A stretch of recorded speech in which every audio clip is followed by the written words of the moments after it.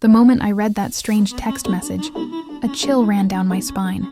Suddenly, I feel like this villainess has some game. I'm starting to worry about my girl, the heroine. Villainous? Heroine? It sounded like something out of a cheap web novel, but somehow deep in my gut, I knew it wasn't a joke. Something was about to happen. Arya, darling, we trust Jacob. He's not that kind of person, my mother said gently, tugging at my sleeve as if to pull me back to reason. But I didn't let go of the prenuptial agreement in my hand. The crisp paper felt like a shield between me and the disaster the message had warned me about. Across from me, Jacob's expression had turned to ice. It seems you don't have much faith in me, Arya. In that case, his jaw tightened.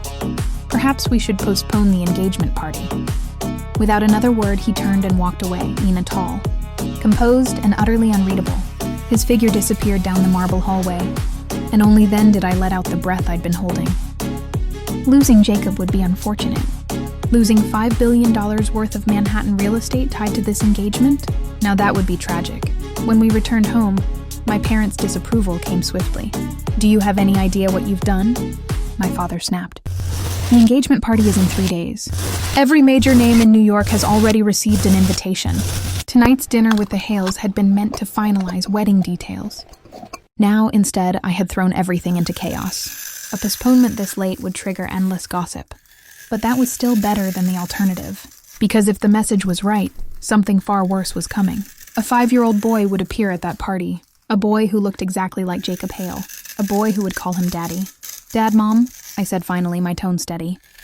You've met more people in your lifetime than I could ever count. Tell me, how many men with Jacob Hale's money and influence are truly saints? Even if he is one now, that's no guarantee for the future. My words hung in the air. I saw the hesitation flicker across their faces. Finally, they relented. They agreed to call the Hales and say I wasn't feeling well. The engagement would be postponed for a month. A month was fine. It would give me time to confirm if the so-called heroine in that text was real. As an apology to our would-be guests, the engagement party was rebranded at the last minute. 3 days later, the same grand ballroom hosted a Bennett Corporation gala, celebrating our successful bid to develop the city's new Central Plaza project.